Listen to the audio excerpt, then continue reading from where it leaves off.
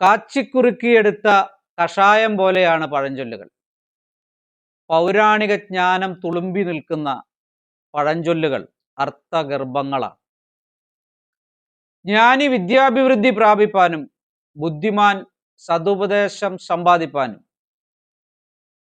അലങ്കാര വചനങ്ങളും ജ്ഞാനികളുടെ മൊഴികളും കടങ്കഥകളും സദൃശ്യവാക്യങ്ങളും ഉതകുന്നു എന്ന് പറഞ്ഞാണ് ബൈബിളിലെ സദൃശ്യവാക്യങ്ങളുടെ പുസ്തകം ആരംഭിക്കുന്നത്. യഥാ മാതാ തഥാ പുത്രി എന്ന് നാം കേട്ടിട്ടുണ്ടാകും. ഈ പഴഞ്ചൊല്ല് ബൈബിൾ ലോകത്തിന് സമ്മാനിച്ചതാണ്. BC 600 അടുത്ത് ജീവിച്ചിരുന്ന എസ്കേൽ പ്രവാചകൻ ഇന്നേക്ക് ഏറെക്കുറെ 2625 വർഷം മുമ്പ് എഴുതി വെച്ചിട്ടുള്ള ഈ പഴഞ്ചൊല്ല് മാനവരാശിക്ക് സമ്മാനിക്കുന്ന പാഠം ചെറുതല്ല. മാതാപിതാക്കൾ മക്കളെ എങ്ങനെ വളർത്തണം എന്നുള്ളത് ബൈബിൾ വളരെ വ്യക്തമായിട്ട് കൽപ്പിച്ചിട്ടുണ്ട്.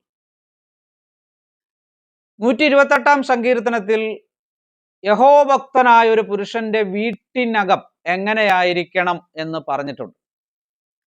മേശയ്ക്ക് ചുറ്റും ഒലിവ് തൈകൾ പോലെയുള്ള മക്കൾ ആ മേശയിൽ ഭക്ഷണം വിളമ്പുന്നതോടൊപ്പം ആ വീട്ടിൽ വെച്ച് തന്നെ അവർക്ക് സതുപദേശങ്ങളും ശാസനയും വേണ്ടി വന്നാൽ ശിക്ഷയും കൊടുത്ത് വളർത്തണം എന്നാണ് ബൈബിൾ പഠിപ്പിക്കുന്നത്. സതുപദേശം സമ്പാദിക്കേണ്ടതാണ് എന്നാണ്.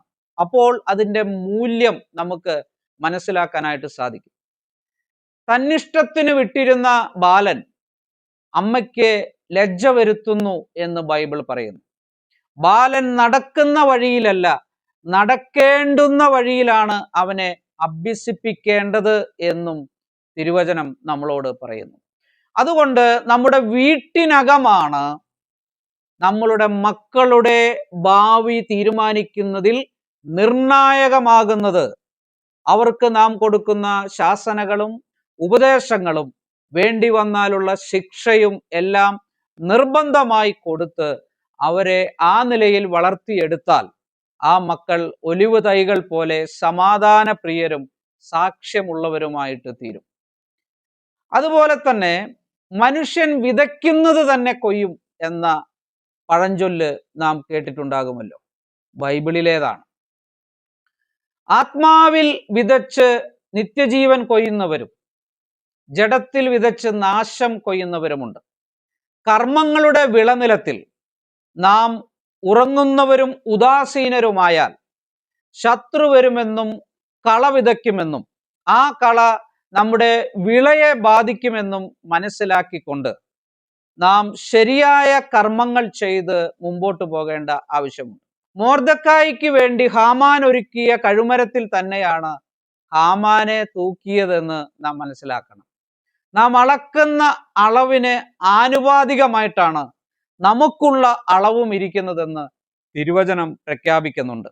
കുഴി കുഴിക്കുന്നവൻ അതിൽ വീഴും, കല്ല് ഉരുട്ടുന്നവന്റെ മേൽ അത് തിരിഞ്ഞുരുളും എന്ന് സദൃശ്യവാക്യങ്ങളുടെ പുസ്തകം 26 അധ്യായം 27 വാക്യത്തിൽ നാം വായിക്കുന്നു.